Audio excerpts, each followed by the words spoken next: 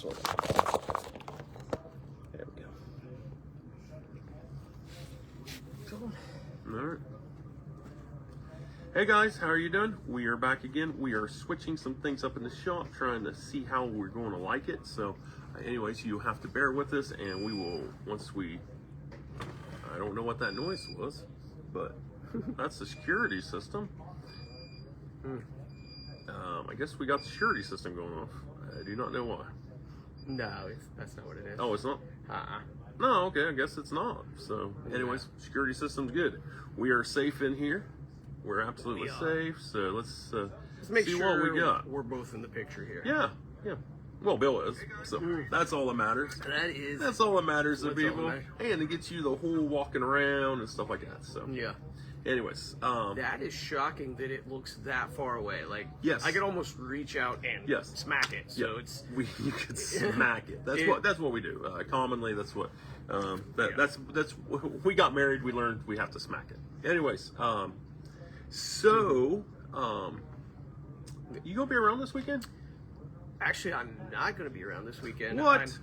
I'm taking a little vacation. Wait, for a couple days. We're allowed to do that? I Wait, think so. Somebody other than the shop is allowed to do that? Yes. Because I'm pretty sure that. I mean, I do regularly. I do on occasion and stuff like that, and I anticipate with the hiring of somebody that can work the desk and stuff like that, and depending in the future and knee replacements and stuff like that, I anticipate doing more of that type of stuff. I mean, I love my shop. We do love our shop. We put a lot of work into it, trying to keep it current, try to keep everybody happy, but there is a time for breaking and not wax. It's like getting away from people and stuff like that and spending time with our loved ones. So anyways, I do see that in the future more for me. Bobby probably not, because Bobby doesn't go anywhere. And we still have beeping. I guess it's beeping. So anyways, we are going to talk about some different subjects. He has a whole list. He gave me the quib notes. So anyways, and I'm going to have a light hit me in the head in about 2 minutes, which is probably good. Our insurance will cover that, so that's a good thing. So you guys should see the amount of work that he puts into doing this live, which is a lot more than me. I just kind of show up and talk. That's so. Anyways, so last Saturday, I, at some point, was in the middle of the greatest show in the whole wide world. So I was going to say one of the best brisket sandwiches I've ever had. Oh, that was delicious. Yes, I was going to say I was in the middle of a brisket sandwich that was delicious, and I happened to be at the Ross County Sports Card Spectacular. Yes. So what was your overall opinion of your show? And we're very honest. I mean, we don't pull punches with people and stuff like that. Like, Rob's going to tell you his opinion. Now, hopefully, they're going to be like, it is the greatest show on earth. Like, because JT Barnum would come out of his grave and be like, no, my circus was the greatest show on earth. And the Pumpkin Show may sue us because they're the greatest show on earth. But that's true. So we are going to talk about that. I just wanted you to know that the content that I put in the title, we are going to get to, and we've been doing this new format where we do like 3 to 5 minutes on each thing to help us move along. So yes, but we did talk about a couple things we wanted to talk about kind of more openly. So the show was great. I appreciate every customer that came. I appreciate every dealer who set up, every dealer who shared that they were going to be there. I was a little concerned just the time of year, because everything slows down a little bit in the summer, but it was probably the best turnout we've had. And it was good. I'm throwing out 300 conservatively, right? I guess, but it could have been 280. I don't know, but it was somewhere around there. Again, it was very good. Saw a lot of new people. I'm very thankful, and I appreciate everybody that. I'm pretty sure at some point I would say there was like 273 and a quarter. Yeah, I don't know, because there was one baby. Yeah, it was good. It is a lot of work, and it takes a lot of people involved in helping. And so instead of just like naming every person, there's a few of you guys that jumped in and helped at the end. A few of you guys helped set up at the beginning. and I appreciate it, and we'll keep it going. And I hope when you see us again in September 13th, in full disclosure, we'll be up against Xenia. Not worried about that at all, honestly. And no, I won't get into it, but I think there's advantages and disadvantages going up against Xenia. But the worst thing is that a lot of your bigger buyers will go to the bigger show. That could be. So that could be. If you are a collector and you're looking for a better deal, and you're not have to compete with like Mark Marshall, Gary LeMaster, Twins and a Friend, and stuff like that as buyers, then you may get a better deal. Are we calling Gary LeMaster a big buyer now? So he bought like the most expensive card there at the last show. Oh, yeah, it was like over $2,000. I was just kidding. But anyways, we'll just refer to it as the bulk card show. It would have been Jason. Yeah. His buddy Jason would have been like, hey, where's you got penny boxes? So anyways, no, that's true. So no, it was great. So on that note, a lot of the shows down there have been great, and so I want to mention a couple coming up. So our next one is September 13th, because we're just doing 4 times a year. It'll be up against Xenia. I've already got marketing plans in my mind that will make that a non-issue, I believe. But the 14th is the show that's being called the Paper City Sports Card Show, and it's at the Fraternal Order of Eagles. Order of Eagles. In Chillicothe. And so you can just look up the Fraternal Order of Eagles in Chillicothe. That is June 14th. After that, they're on July. I'm jumping to July. July 19th is a show in Ironton put on by TD or whatever, but it's Delmo, a friend of ours for sure. And he's doing that. That's on a Saturday. The very next day, I would be pretty excited too about the show that Justin Lamlin's promoting. He's calling it Midway Madness. It's at the Scioto County Fairgrounds. Is that a Sunday? It is a Sunday. Oh. So it's the next day. It's a Sunday. It's like a 50-table show. It's got some Pokemon. It's going to be very similar to my Ross County show, I would assume.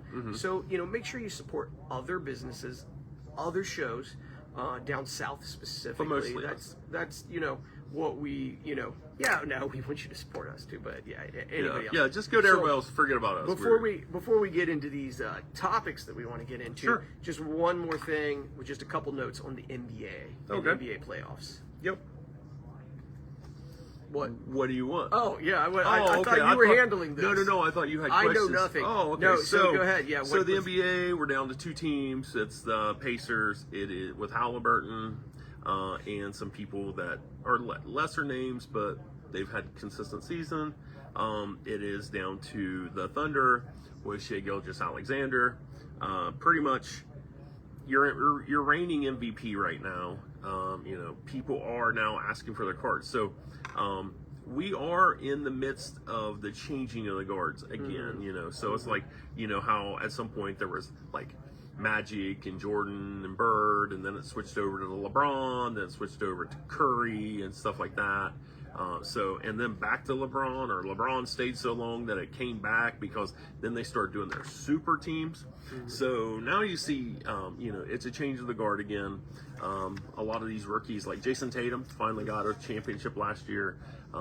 They could have, if he would have been healthy, they probably could have made it farther this year. But anyways, so you got your reigning MVP team with the Thunder, who people are buying his cards, but still, even though his prices are going up, it's still nothing compared to Luka, who hasn't established himself as a MVP. He has not established himself by winning championships and stuff like that. So it's kind of a weird market, to be honest with you. So the NBA, changing the guard, and pretty much the Thunder should take it in 5, maybe 6 games, and his cards will just keep on going up. Yeah, so only couple comments I have for that is I totally agree with you about the changing of the guard. Yep. It is the second youngest starting teams in NBA history, meaning if you take the average age of the 2 teams, you've got the second youngest in NBA history ever. And I think that's just kind of this whole focus on new, younger players. It's just kind of priming the pump for the whole Cooper flag thing, the whole Topps taking over the NBA. And I just think it's you're going to see refocus back to basketball late this year. A little bit now there before will Christmas. there will be some changing and stuff like that. Your daughter misses Jalen Brunson, who's there also. So here's the thing, like in the NFL, a lot of quarterbacks are changing teams, a lot changing in the teams and stuff like that. But like Jalen Hurts is part of that new breed, 2000 and newer class and stuff like that.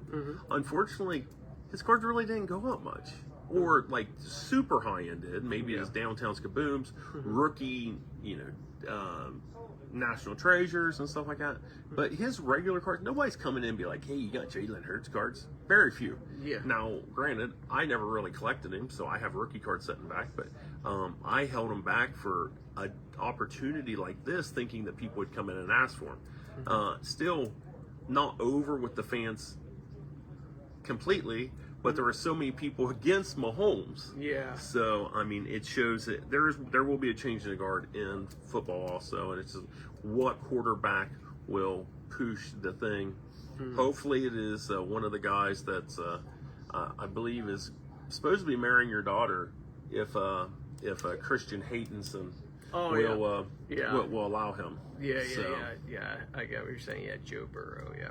So, okay. So let's jump into really the content of what we were wanting to talk about today. Sure. So I'll start. We'll do a timer thing, which is going to be hard without the phone. Timer. Without a timer. So I'm going to go grab that timer really quickly. Yep. But I will throw the first topic out there.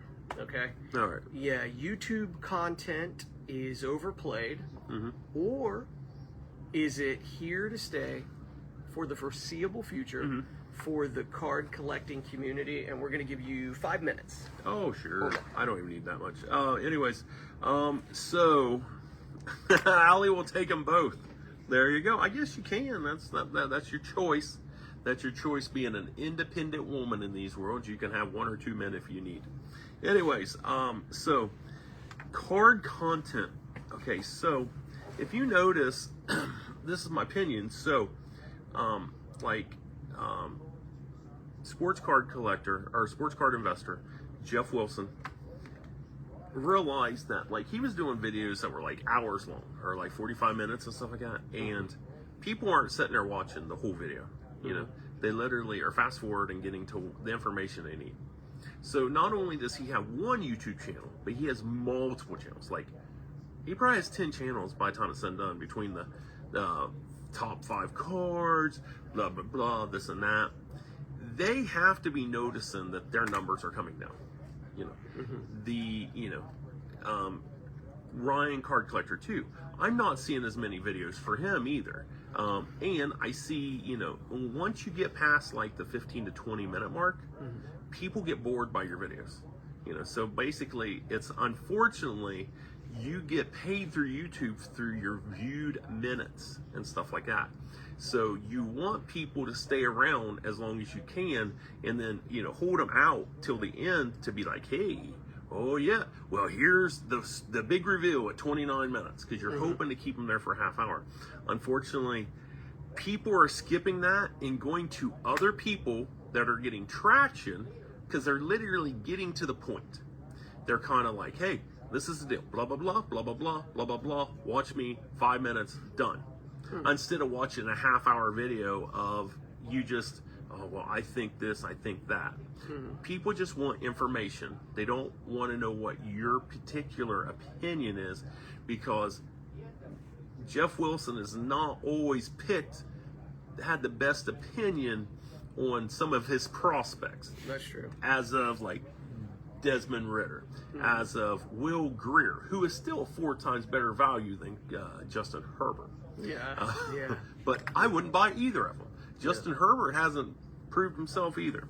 Yeah. So, anyways, I think that if you was to poll people, you're going to see less people watching what would be, and I hate to say it because they all took shape a lot around COVID and stuff like that. There were channels around, but they basically got the gas put on them. I would say a lot of people are watching less, and you're not seeing content from these people like Sasha T Mojo and stuff like that, because it was all over my YouTube.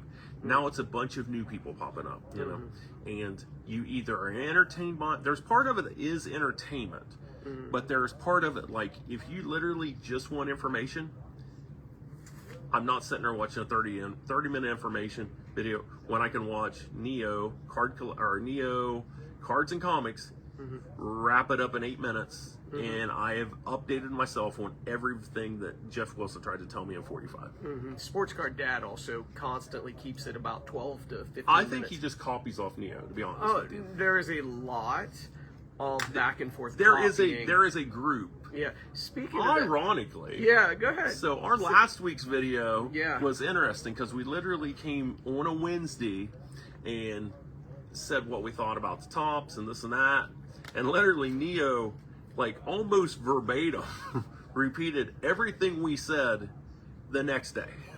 So I don't know what his timing is in recording a video and editing a video, but literally it was exactly the same topics, same thoughts, and because I think pretty much he is about where we are. I mean, he's where I am, not a card shop, but in the market, you know, we definitely try to buy right, try to sell right, this and that. So yeah, it was weird because his topics was exactly what we said, and then Sports Card Dad was exactly the same thing he said. So yeah. I'm not saying he repeated what we said, but I'm just saying it was kind of interesting, the timing of his video to the timing of our video. Yeah, no, it was. So the topic is YouTube card content is overplayed, or it is part of the card community. Overplayed. Bill took just right at 5 minutes, kind of threw something in there that we both were talking about. So I'll do 4 minutes on your YouTube card content is overplayed, or is it part of the card community for the foreseeable future. So first of all, Neo, who you mentioned, just celebrated 5 years doing this, putting out his first video. So basically that's about what we're looking at. Like you think about, like, you know, there's people who are big on YouTube or whatever. You're looking at about 5 years or less. Like Bill said, maybe a couple people snuck in a little bit before COVID, but for the most part, 5 years or less. So unfortunately, when you're dealing with social media, something's going to pop up to replace the current thing that was cool, right? Yep. So, you know, Card Collector 2, we've mentioned it before. In my personal opinion, he struck gold by building Instagram really early. I mean, that was very beneficial to his marketing, is all I'm saying. So, do I think that it is overplayed? Yes, I do. But I also think it's a yes and a no. Is it going to go away? No, I think it's part of our card community for the foreseeable future, because I think it's just expected now. I think it's just like 5 to 10 years ago when people would be like, well, can I go to your website? So now, yes, what's your YouTube channel handle kind of thing. It's just going to be part of it. And so, you know, and kids are going to grow out of this opinion or this thought that you're YouTube famous. I think as kids, kind of this generation moves on, it's going to just be like, yes, you just have a YouTube channel. Just because you have a website. Yeah, that's what I would say. I don't think you have many more famous, like the pioneers. Like I would say Gary Vee, Jeff Wilson, Ryan, Card Collector 2. Yeah. I mean, there's nobody that's going to can strike gold like they did in this market. Yeah, absolutely. So again, it's just expected now. So yeah, the YouTube famous thing, that's 3 years from kind of passing. So it's just like you got YouTube, just like you got a website. Just so I have a website doesn't necessarily legitimize my business now. But you know, we have had one for about 6 years now. But the YouTube thing, again, going with the whole idea, it's just kind of expected.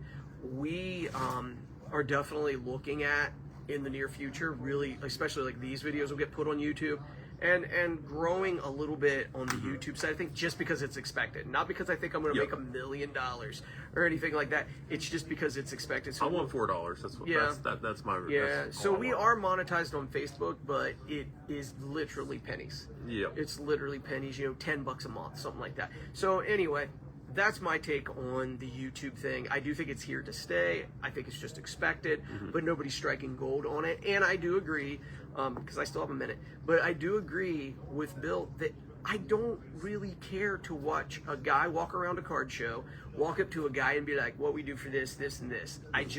How many times can you watch that same thing? It's like, remember like everybody 10 years ago was watching like the ghost shows? Yes. Like Ghost Hunters and Ghost, like how many times can you watch basically nothing be captured, on camera, no, for sure. and people will freak out about nothing before you're just like, no, it's just a Tuesday now. So just to cut in on that. So there are people that I'll still watch them going out by. And unfortunately for me, one of them is Ryan. Because I feel like I know, because I've known him for almost 20 years now. Yeah.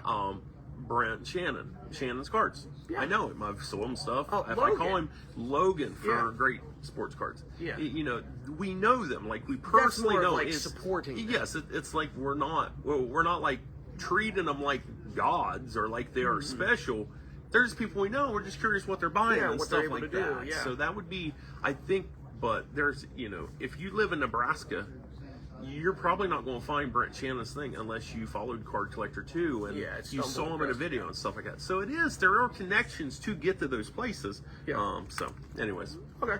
So the next one we'll just talk about, I'll let you go first because, so we're going to talk about baseball. Now, about a week and a half ago, we'd hit about the 1/3 point through the season. So some of these are just notes from then. I did look at a couple things again today, but nothing specific. So just why don't you go first and give me the notes, and I'll give you the business side of it. Okay, that sounds great. That sounds good. Okay, so about 1/3 of the way through the season, and I know this is something that Bill is definitely going to throw out there too. Again, and this is a little boring to me, and Bill can elaborate on this if he thinks this is boring or not. It really looks like Ohtani and Judge are again the two beasts, for the two different leagues. It looks like, again, we could be looking at them possibly MVPs again. And that maybe sounds a little bit boring, but again, you got to give them consistency. I would say Judge, looking at the numbers, there's some freaky numbers now. I mean, they are, and I don't know if it's changed in the last week, but when I was looking at them today, there are freaky numbers as far as what they could add up to mathematically for the season, and even the batting average, which is shocking. Just short of 400, yeah, which is shocking. So you got Ohtani and Judge. Here's another thing. We have Crow Armstrong for the Cubs. Pete, yep. I have no idea who that is until about 2 weeks ago. To be completely honest, I don't think anybody opening Series 2 2024 was like, I hope I really hit a good Pete Crow Armstrong. Now, Pete Crow Armstrong is only 23 years old, but he has technically had enough at bats, so he's not a rookie this year, so he can't get Rookie of the Year. So let's talk about somebody who is actually a rookie this year. 25 top Series 1, James Woods is starting to put up some numbers. So they're not freaky, but they are definitely consistent in all the different categories going across. So pay attention maybe to James Woods if you haven't gotten any of his cards yet. He may end up being, that kind of guy that people always 5-tool, blah, blah, blah. He was one of the better guys to get in Series 1 anyway. So maybe that's, maybe he's somebody looking at. And then another guy I'll mention is Cal Riley for Seattle Mariners. Now he's a rookie from 2022. He's old. We've talked about it a lot before. So it's not his rookie year, but even to be thinking about him just doing good just the last 2 years, he's kind of older for a rookie. So I don't know if I expect career numbers out of him. And then I'll just mention one last guy here. And that would be Goldschmidt again. His numbers where he is in the stats standing has changed in the last week and a half since I've really looked at it. It's kind of dropped a little bit. But Goldschmidt is 2 to 3 years away at most. And I think he's got a good 2 or 3 years. Are you talking about retiring? Yeah, 2 to 3 years. Okay. He's got 2 more good years, I would say at least. And that's going to lock him in as a first ballot Hall of Famer. And we've said crazy stuff like this before, so I'll double down on this. His career totals is going to look better than Trout's. It just is. The numbers are just going to add up better. And I think Paul Goldschmidt is still a decent buy. And so that's how I would say, that's the key points I would say that we could pick through the year. I'll let you mention, I know there's a pitcher that you definitely want to mention, so I'll let you do that. And I had just 44 seconds left, so I'll stop and we'll start your time on baseball so far this All right, guys. Yeah, pretty much. So I'm just going to jump to the rookie thing and stuff like that. So there is a situation, and it's just like the Hall of Fame. Like the Hall of Fame, if they don't have anybody that gets in, there's people that get in by default. None of the big rookies are putting up that big of numbers this year. Now, we had this in like 1988. Mark Grace and Chris Sabo, who's the rookie of the year, you know. And then they had good years, but they didn't have super years, but they were the best for the rookies. And Walt Weiss, who was just happened to be on a team that had a lot of players on it. So by default, they have to have a rookie of the year. So James Wood's definitely, but his cards, the value's still not there. So if you're prospecting him, it probably is a good time still to buy him. He hasn't really jumped a lot. And his official rookies top series one. His a rookie, yes. At the show, tons of people asking for Pete Crow Armstrong. This is the thing. So if you bought 2024 top second series, you shouldn't have been selling Pete Crow Armstrong. They had no value. They were less than $1, or like $1. Or if you look at a Beckett, like if you be like Bobby and look at a Beckett, it probably said $2 because like all rookies are like $2. You shouldn't have sold him. You shouldn't have put him in your comment box and went to a dealer and was like, "Hey, will you buy everything off me for $20 because I need $20?" No, that's how you collect. That's how you do business. That's how you make money. Now, granted, a lot of those rookies are not going to pan out, but that one did, and that's the one you profit on. You know, there was a thing back in 2018. I was buying a lot of stuff from my buddy Mike at Father and Son Sports Cards. We're gonna get all those names in there today. Anyways, so he was selling me monster boxes for $50. Now he was pulling out Lucas. He was pulling out Trey Young's. You know who he didn't pull out? Was Shea Gilgeous-Alexander, and you know who has them? It is I. And I have a lot of them, and I haven't unleashed them because I was waiting for him to do something. He finally did something. I will prosper for that. If you bought 20, that's the reason why people buy rookies and prospect. Not, oh, this guy has to do this today. You can't be worried about today if it's going to leave you in the future with nothing. You know, you took that dollar card that you end up selling for 5 cents because you sold everything to somebody for a little bit of nothing, and now it's a $20 card or $15 card, and now you have to buy it back if you need it. So you already had it. So it's dumb to give it away. So anyways, Judge and Ohtani. Yeah, I just wanted your opinion on, is it boring that the same guys are going to be mentioned in this kind of race again? So I would say this. So a lot of your new collectors have started in 2019, 2020, didn't have the opportunity to set on Judge and Ohtani rookies. Yes, it's very boring. You know, because you go to a show and like they have the Ohtani Diamond King rookies out there for $20 or $25. You know, now I bought them for $1 in 2019. So for me, not boring at all. That kid that wants to get in the market and just wants a decent Ohtani rookie, yes, it's played out because he doesn't, you know, he's opening brand new boxes, trying to get stuff, trying to hit something big, when he missed the opportunity to buy those rookies. So that's why you don't sell your rookies. You settle on them until they become something, or until they become nothing, and then you clear them out. So anyways, Judge Ohtani, Judge, phenomenal year. You know, he's got almost 400 batting average, 20 some home runs. He MVP again. Ohtani's got 22 home runs. Doesn't bat as well. Like he's only batting like less than 300. So, but both of them are consistent. I don't see him changing. There's nobody in the home run race. Yeah, I did hoard all the Ohtanis. I think you did get some Ohtanis from me. Bobby's got a ton. Bobby has a ton too. Absolute and you know why? Because you weren't going through my value boxes and find them. You know why? Because I kept them. You know, to put them in theoretically, here's another thing. In a shop setting, there is no reason to have quarter cards.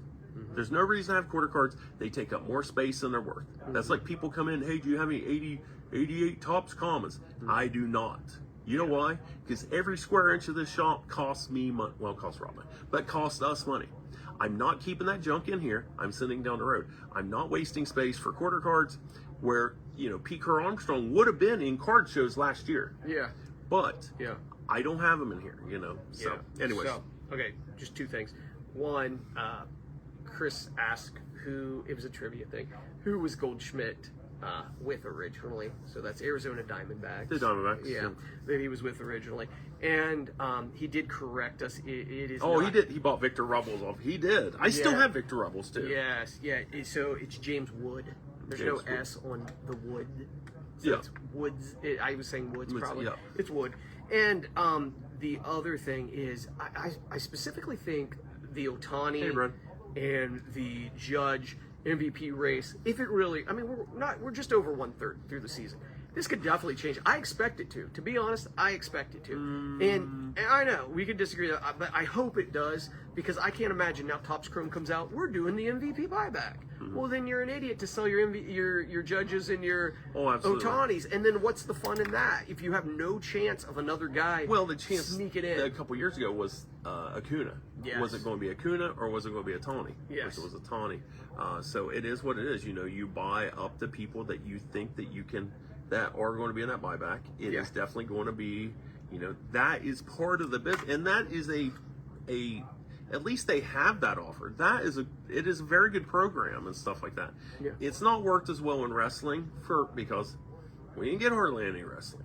Yeah. It didn't really work very well in UFC because we don't sell a lot of UFC. But for baseball, yes. And when they get the football license and we get the basketball license, they will be doing those too. So it is what it is. The Topps MVP program buyback is definitely a good thing and should be here to stay permanently. Yeah, absolutely. So this is the last one, and admittedly, I bet this is the one this is going to be more of an opinion-based thing for you. I actually have some facts and stuff that I can spit out there. Are you telling me I don't get facts? I'm not saying that. I'm just saying this one would be a difficult one to research much. Yes. So, Topps Series 2 is just a week away, my understanding. I believe that would be next Wednesday is Topps Series 2. So this is just your opinion.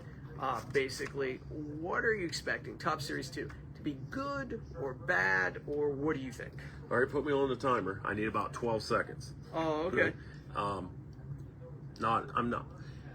Okay, give me a minute. That's fine. A minute would be more than enough time for me. So I don't know much about it. I don't know who the rookies are going to be. There's not really been a rookie to stand out that's actually really a rookie. So it's not like you have a bunch of rookies coming out in this product. People will buy it because they always buy first series, second series, and then update. But I think it sells less than first series. I, for lack of better terms, it's not that I hope that it sells worse. I hope that the price doesn't jump like first series did, and customers that want to put together that set can affordably still put together that set. So, but yeah, I know very little about it. Don't really care about it. It's a base product. Even though we get a good bit of it, it doesn't really affect me because I don't open it. So, no, I got it. Okay, so yeah, you did that in a little less than a minute. So I'll take 4 minutes. Holy crap! Yeah, I'll take 4 minutes. What am I missing? Oh no, here's the thing. They've released the odds, and when you look at the odds for Topps Series 2, most people are doing the math. I didn't do the math. I trusted other people's math on this. But they were saying that it looks like there's about a 15% increase from Topps Series 1. Just if you do the math out, like this insert was 1 in 72 packs, now it's 1 in 84 packs, or whatever. So the math's saying about 15% increase from Series 1. Now, first I'll defend that. Everybody's saying that's going to make this a terrible product. So I'll defend it by saying I don't have any Topps Series 1 on my shelf. I don't have any Topps Series 1 Hobby, Jumbo, or Megas. I haven't had Jumbos for a month and a half. I haven't had Hobby for probably as long. And they are all up from when they were released.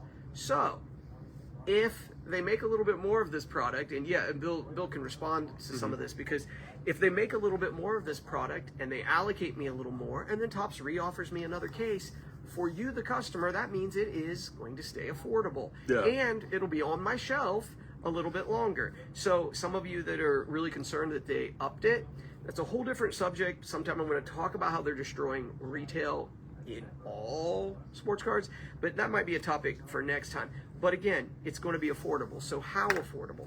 Right now, pre-sales on a box of hobby is $115. That is very reasonable nowadays for a hobby box of cards. And a jumbo is coming in at about $200.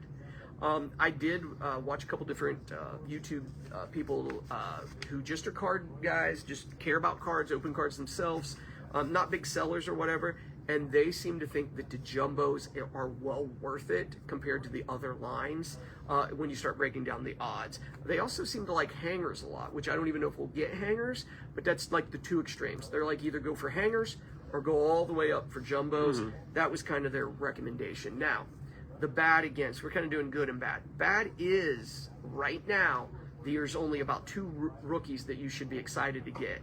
And it's Roki, R-O-K-I, or Jope. And I hope I'm pronouncing their names, or Jopey, or whatever. Those are the guys that... Is that the guy from the Bible? Yeah, I don't know. Yeah. Is that Joby? Joby. But those are the only 2 guys that really seem to matter. Now, so before you're like, think that you're going to hold off and you're going to wait a month and you're going to come in here and pick up a jumbo for $150 or a hobby for $90, that's not going to happen. One reason is because they are marketing geniuses. Last year, Top Series 2 sold extremely well because you remember the fun face bat knob thing. And also, think about this, when we were just talking about the rookies, nobody last year was going Pete Crow Armstrong, can't wait to hit him. One of these guys that nobody's paying attention to are going to end up being okay. So just kind of take the idea that you're going to be able to get this affordable, that you're going to be able to maybe literally find it more regularly, and just kind of take that as a good thing. Now, all of that said, if I would rate last year's Series 2, I'd probably give it a flat B. I would say it was about a B. I honestly would say this is probably a flat C. And it'll be interesting to see what Easter eggs are hidden in that product to make it worthwhile. But believe me, we will move through our allocation at $115 to $125 a box like crazy, and jumbos will be going in a week. And so that's what I would say about Topps 2. And of course, I'll be doing a What's in the Box about Topps 2 very soon. But yeah, I believe that product is scheduled for next week. So just when I was talking, you got a couple things? Okay, so one, like you said, we don't have Top Series 1 on our shelf. Should we? We should. It's a regular product. It's a flagship product. The problem is the rebuy. We have to rebuy it, and it goes up to $150. Or what was the last time you had it in there? It was probably $135 to $150. I don't know if I ever hit $150, but I would have to be $150 or more. Yeah, you'd have to be $150 now. Yeah, for a hobby. Now the problem is, we would where we bought our case from is Topps Fanatics Direct. Yeah. Who made the product. And then they raised the price because the market was that good. That's the reason why they got rid of a company, because that's what they were doing. They were holding back and then pumping it on the market at a higher price. And all that does is hurt the consumer. That guy that's like, he just wants to open a box. He's not trying to get a home team advantage. He's not trying to, get the, I'm not saying he doesn't want it. Everybody wants to get good stuff in their box, but it's just a regular guy that just wants to put together a set. He's made a set for the last 15 years. He just wants to put together a set. So, and that's the reason why, honestly, there's a retail box that's, 24 packs and, only 100 and 200 some cards for around the $80 range. If Topps flagship keeps on only putting in a jersey or autograph, you're better off to buy the retail. Because if you get a jersey, there's no value to it. Literally, unless it's a low number or, something crazy, which is used to be if you hit a big case hit, it paid for the, they called it a case hit because it helped you pay for the case. Now a case hit's $400 and that's only covers 3 boxes. So anyways, that was my one thing. And then, okay, so the numbers are saying that they're going to make more second series. Now, I agree. But what part of that is going to be hobby and what part is that going to be retail? I would agree. And it's Fanatics, Topps is fools for not really fools. They should make as much retail as much hobby. They should supply the hobby shops with stuff, but it's easier for them to put out a blaster at Walmart at $34.95 or whatever it is, or $29 or whatever it is, because people are buying them. And if it happens to be really hot, the shelves will be completely gone. And then, so are they making more retail, or are they making more hobby? And if they're making less hobby, how does that make the hobby shops look? Yeah. If you can't have it on your shelf. So I mean, it's we at one point will get into this and why your modern day card shop at some point will be non-existent. Yeah, that's a sad note. It's like I should have like the theme to like the end of the Incredible Hulk, like do do do. Yes, yeah, it could be. But I just last thought, and then we'll get off here. We'll definitely next week we'll be here again talking some stuff. But it is interesting. Like when I do those what's in the box things, I'm like, this is value price. This is premium. This is super premium. Whatever. So value priced is basically anything under $250. So you've got 5 or 6 different configurations of Topps Series 2 that are going to be under $250. So it is an affordable product. And if you're just like, I'm looking for this, or I'm trying to do the set, or I really think these inserts are cool, it's a lot of different choices to engage almost anybody in the hobby. So let me ask you this though. So it is more affordable. Do you think there's a problem, and it's such a big set still? It's still like 300 cards compared to Fanatics or a Panini or whatever, where it's like literally 100 base cards, 100 rookies, or 200 rookies and stuff like that. So do you think it's too big of a set for a lot of people to get value from boxes? Yes, I mean your value has to come from hitting. You're wanting to put together the set. Yeah, or you get lucky with an insert that's serial numbered, or you do go for the jumbo, And again, I could see the point of, well, either buy, some retail here and there, pace yourself, buy a couple of things a week, or go in big and get a couple jumbos right away. And complete your set, be done with it, and move on. And have the chance for sure for autos. Yeah, for sure. Yeah. Oh, by the way, we do have Jersey Fusion in. I was going to mention something cool about those though. So there was a customer earlier, and so he opened something, hit a Bill Russell in this pack, and a lot of people were really down on this product, but he thought it was so cool when he was showing us. We scanned it. There's a QR code. You scan it. It literally shows you the jersey that was cut up to be placed on that card. And on the net ones, you can scan it and it'll tell you what game that was cut down from, and make sure like Kobe Bryant played in that game. So I think that is really cool to literally see the picture of the. So that part's cool. I mean, the thing is though, a bad thing is a lot of the players that they have things of, to balance out the Bill Russells and the Kobe Bryants and the Michael Jordans, there are those lesser guys that are in there, and then you get Noah, or was it Joakim Noah net, and you're like, who is this guy? He was a rookie a few years ago and never really turned out, but they was able to get it, so they put in the product. So anyways, I like it. I think it's a fun product. Do you have anything up here that you want to talk about? Oh, sure. Here, point them out while you're here. Oh, yeah, sure. There, so do it from up there. So so Topps Midnight is, we still have some in stock, and this product's just jumped quite a bit. We've got the Pro Athletics Direct Retired Signature Edition, and I've done what's in the boxes about these. Absolutely. By the way, I think Mike's about to put up a break that's going to include some of these. So we got Leaf Metal Football Jumbo, Leaf Metal Football Hobby, the latest product to get Cooper Flag, and then Bill up there by him has the latest Chrome Soccer. It's the UFA League, which is the better league you would actually want to get. So we appreciate you guys coming in and watching these videos too. Ever feel inclined, share them. We appreciate it. This will probably end up on YouTube eventually. So we're making our way that way. So. We're making our way. So all right, guys. Hey, remember next weekend or this coming weekend, it is Xenia Card Show. That's true. I do know that, and I do know that we'll be at our shop and stuff like that. When is Lamlin's next? It is the 14th. Okay. It is Justin Lamlin's show in Wheelersburg and stuff like that. We have heard there's other shops in the area that are opening up. We have heard information from them. People call us every day. Hey, what do you think? Blah, blah, blah. And we happen to know the person, and we wish him luck. So, but with that shop being open. There's also a new shop in Canal Winchester. There's a new shop in Grove City that's literally right down the road from Card Collector 2 that's doing Pokemon mostly and stuff like that. So there's a new show in Groveport. There's a new show in Groveport.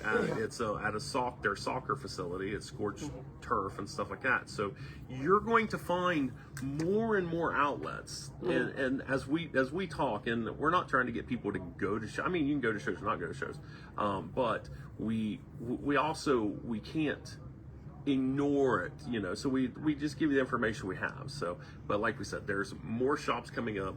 Everybody and their mother thinks because they got a bunch of cards that they should open a shop. Well, unless you're direct with Topps, unless you're direct with Panini, unless you're direct with Leaf or Cryptozoic or BCW, got a big allocation of Pokemon. Got a big allocation of Pokemon. You might as well leave your cards at home, and you're not going to make money for a long time. So people don't come in for singles.